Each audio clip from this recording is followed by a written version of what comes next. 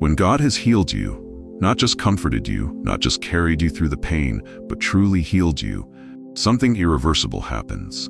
Your spirit becomes quiet, not numb, not withdrawn, but still, anchored. And from that stillness comes a new kind of sensitivity, one that doesn't seek noise for validation and doesn't tolerate chaos for survival. It's not that you dislike people. It's not social anxiety. You're not overwhelmed by interaction. You're just no longer available for distortion. The frequencies you used to blend with now feel foreign. The spaces you once endured now feel spiritually polluted.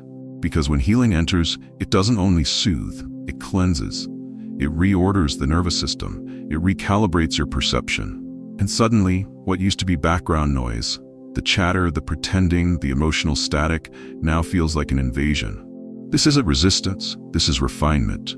You're not running away from discomfort, you're walking in clarity. The kind of clarity that won't let you sit still in rooms built on pretense. The kind of purity that grieves in places where truth has been replaced by performance. You've been set apart, and your body knows it. And when your body begins to resist what your soul no longer aligns with, that's not weakness. That's wisdom in motion. If this resonates with you, comment below. I protect what God has healed.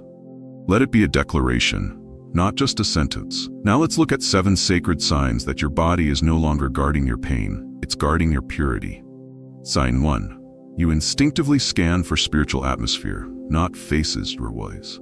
You don't enter a room looking for who's there, you enter feeling what's there. Long before a voice speaks, long before a glance is exchanged, your spirit has already read the room. Your body no longer relies on logic or social habit. It listens for spiritual alignment.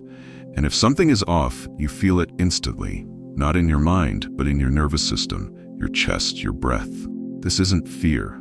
This isn't awkwardness. This is the fruit of spiritual healing. Because when God cleanses the soul, He sharpens the senses. You begin to notice the unseen. You detect tension in the air before words carry it. You sense unrest behind a person's laughter. You're not looking for drama, but your discernment can't turn off. It's not curiosity, it's protection. There was a time when you could walk into loud, crowded places without a second thought. You sat in rooms built on performance. You flowed through surface-level conversations. You blended in because your spirit hadn't been marked yet. But now, you can't unfeel what God has made sensitive.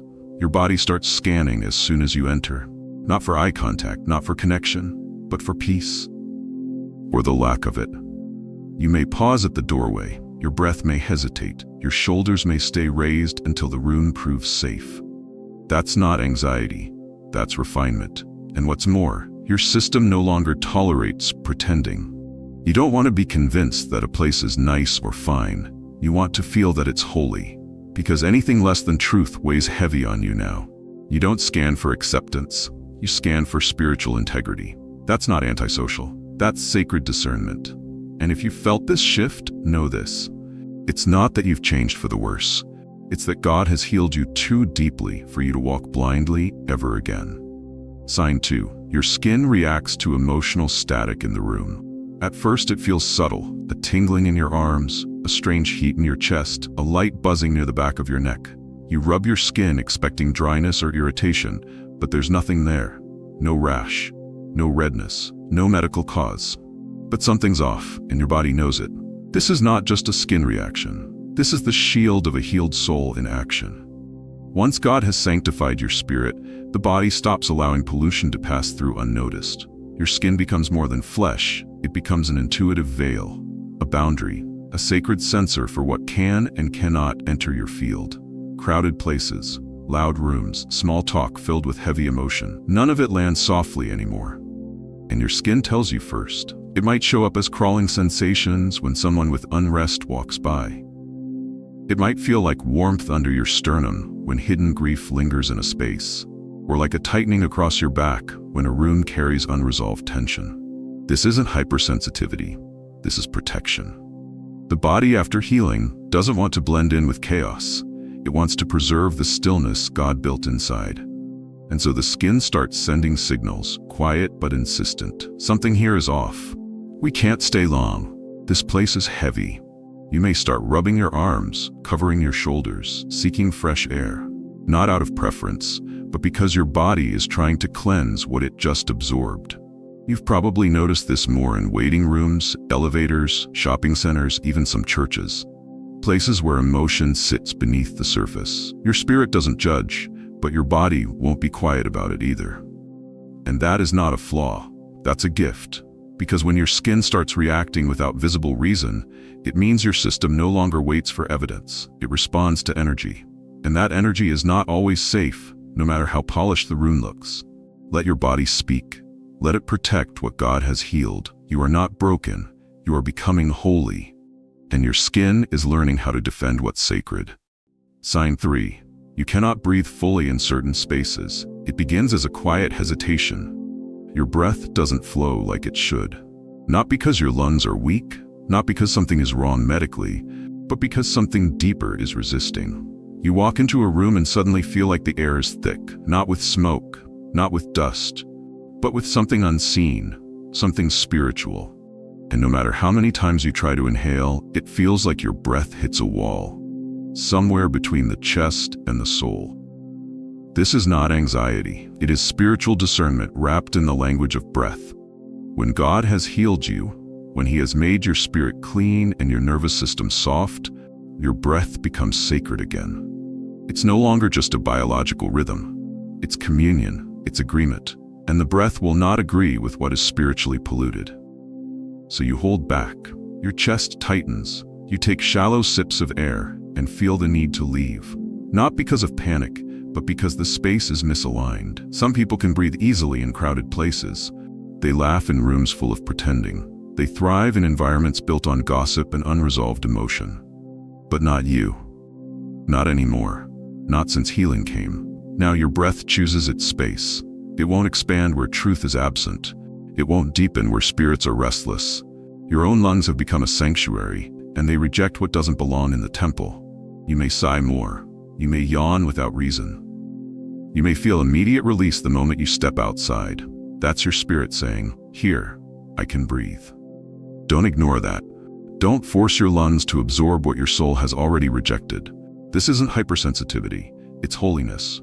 And when your breath pulls back, it means God's presence within you refuses to participate in what is spiritually unclean. That's not weakness, that's wisdom in every inhale. Sign 4. You feel physically present, but spiritually pulled away. You show up, you sit, you smile when expected, but deep down, you feel like you're watching life from behind a veil. Your body is there, but your spirit won't settle. It stands at a distance, observing the room without anchoring to it. You hear the conversation, you catch the glances, but something inside you floats just beyond reach, like a soul waiting for alignment that never arrives. This isn't depression. This isn't detachment. This is a sacred withdrawal, a divine instinct to remain untouched by artificial energy. When the Holy Spirit has refined your perception, surface-level spaces feel foreign. Rooms where truth is absent, where performance is routine, where masks are worn without thought, they no longer offer spiritual hospitality. So your soul won't land there. You don't choose this disconnection. It chooses you. Your healed self cannot go back to the noise it once endured. The version of you that could fake a laugh, endure the small talk, nod politely through gossip, that self has been laid to rest. And what remains is too honest to pretend. You may feel it most at social events, family dinners, work settings, places where the rhythm is familiar but the frequency is no longer yours.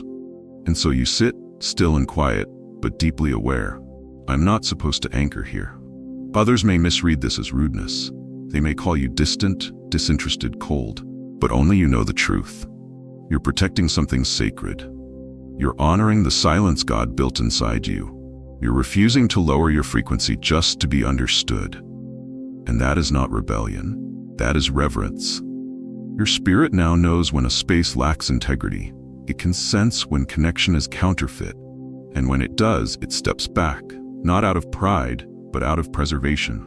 Because when God has healed you, He hasn't just soothed your pain, He has made you sensitive to peace. And in rooms without it, your soul would rather be still than be swallowed. That's not disconnection. That's divine alignment, choosing silence over performance.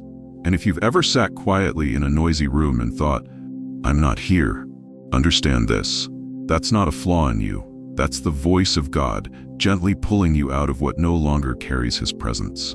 Sign 5. Your body begins shielding itself from unspoken heaviness. It begins with a simple gesture. You cross your arms without thinking. You shift your stance. You angle your body slightly away from the room, the group, the noise. There's no threat, no one's yelling, no visible tension in the air. But your body knows something's wrong. You're not afraid. You're discerning. Your nervous system has become alert to invisible weight, the kind of heaviness people carry silently, the kind that fills a room without a word being spoken. And though your mind might not understand it yet, your body reacts. You're not shielding yourself from people, you're guarding your frequency. You're setting a sacred boundary without even realizing it. There was a time when you would have leaned in, tried to carry their weight, tried to help shoulder their unspoken grief, but not now, not after healing. Because now you understand, it's not yours to carry. Healing rewires the body's response to spiritual environments. Where once you would have stayed open, now you close to preserve. Where once you absorbed, now you deflect. Where once you said yes with your posture, now your spirit says no through your muscles. You might find your shoulders tightening in conversation, or your jaw clenching softly while someone talks. You may even notice your hands covering your heart or belly, unconsciously shielding the places where your spirit lives. This is not withdrawal. This is wisdom. And it's not coming from fear. It's coming from spiritual clarity. When God has purified your inner space, He doesn't ask you to keep it exposed. He teaches you how to cover it. That cover doesn't look dramatic. It looks quiet, subtle, internal, but it is sacred nonetheless. And the more in tune you become, the quicker your body reacts to frequencies that feel misaligned. Not to judge, not to attack, but to shield the peace you've been given. And if your posture ever changes in a room and you don't know why, pay attention. That might be your spirit reminding your body, this space isn't safe to receive. Sign 6. You forget why you're even there. You walk in with intention. Maybe it's to connect, to contribute, to be present for someone. But minutes into the moment, your mind feels foggy. The words around you sound distant. And suddenly you find yourself wondering, why am I here? It's not rudeness, it's not distraction, it's not even boredom, it's dissonance. When you've been healed by God, your inner clarity becomes sacred. It doesn't survive well in places that aren't aligned with truth. Your spirit begins to recoil, not loudly but effectively. It pulls away from performance. It steps back from small talk. It checks out of spiritual pretense. And that internal withdrawal begins to echo in your thoughts.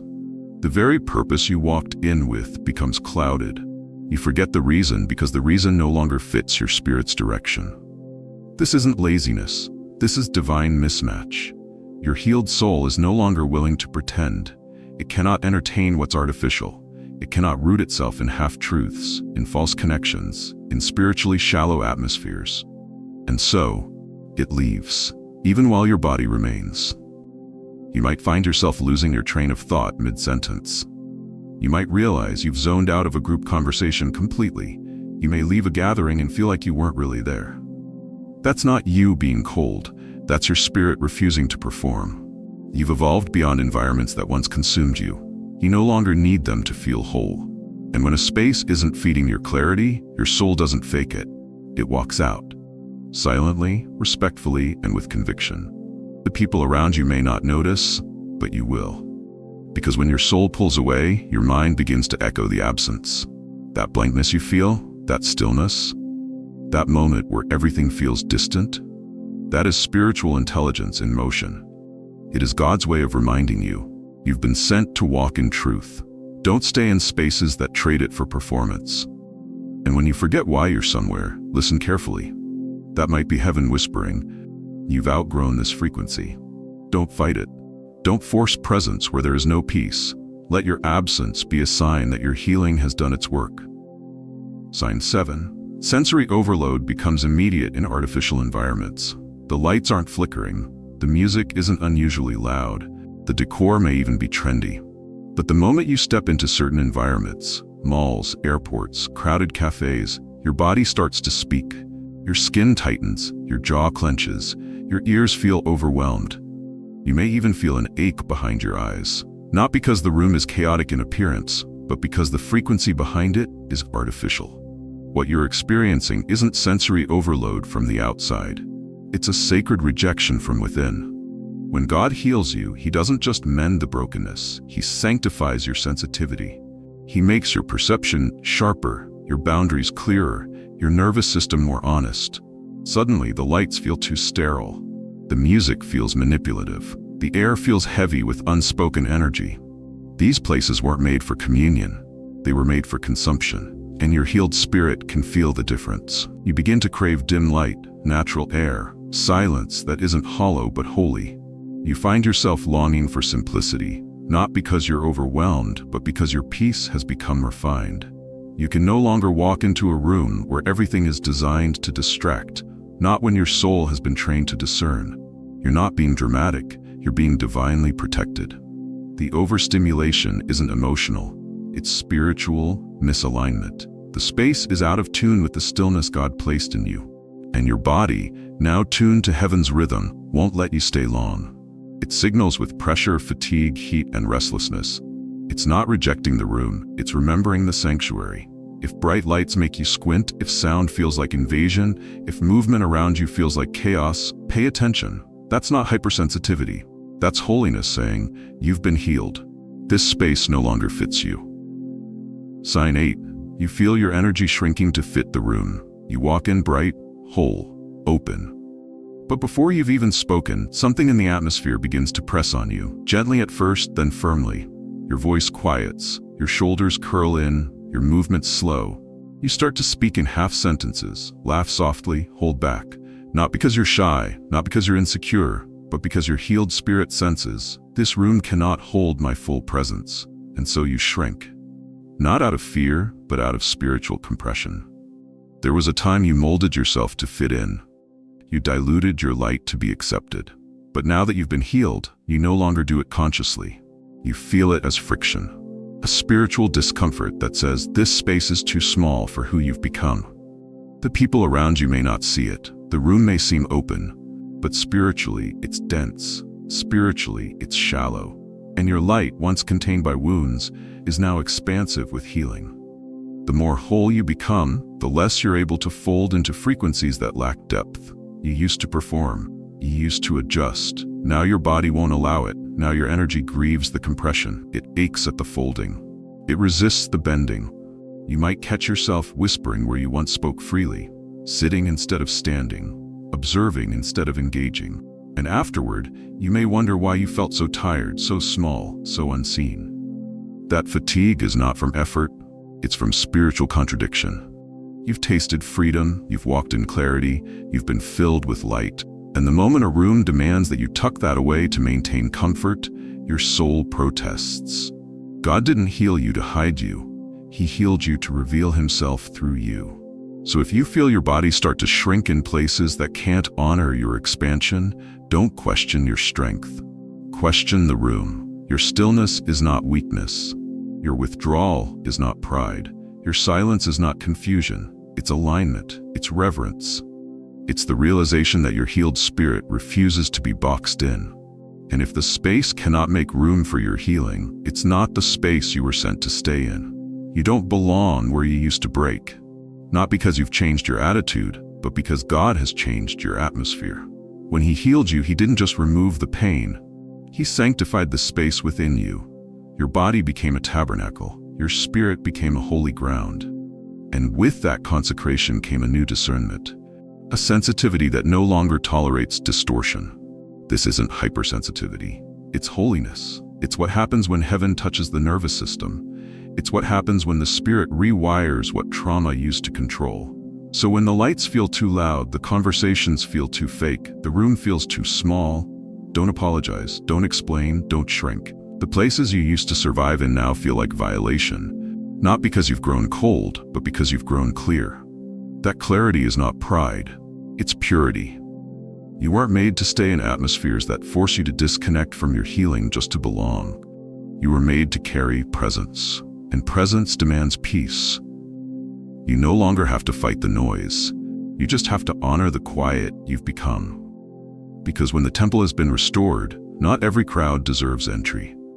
If this word speaks to you, type it in the comments. I am holy ground now. Let that be your affirmation and your boundary.